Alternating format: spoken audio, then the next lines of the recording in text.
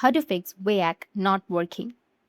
So if your Weyyak app is not working, or if you are having login problems, then what you need to do is first you need to make sure that you have a stable internet connection. Once you have a stable internet connection, your problem might be fixed. But if not, if that doesn't fix your problem, then the second solution is you need to open up your settings. After opening your settings, you need to go with apps. Just scroll down a bit and you'll find apps, and then go with manage apps.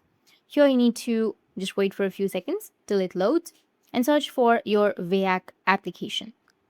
Once you find the application, just simply tap on it, then scroll down a bit and you will find clear data, which will be on the bottom. Tap on it and then tap on clear cache. Tap on OK.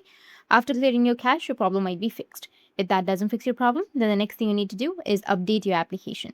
So open up your Play Store and then search for Weyyak. After searching, if you have the application, just simply go and update it. Once you update it, you can restart your device and your problem would be fixed. That's it. If you found this video helpful, hit the subscribe button and thanks for watching.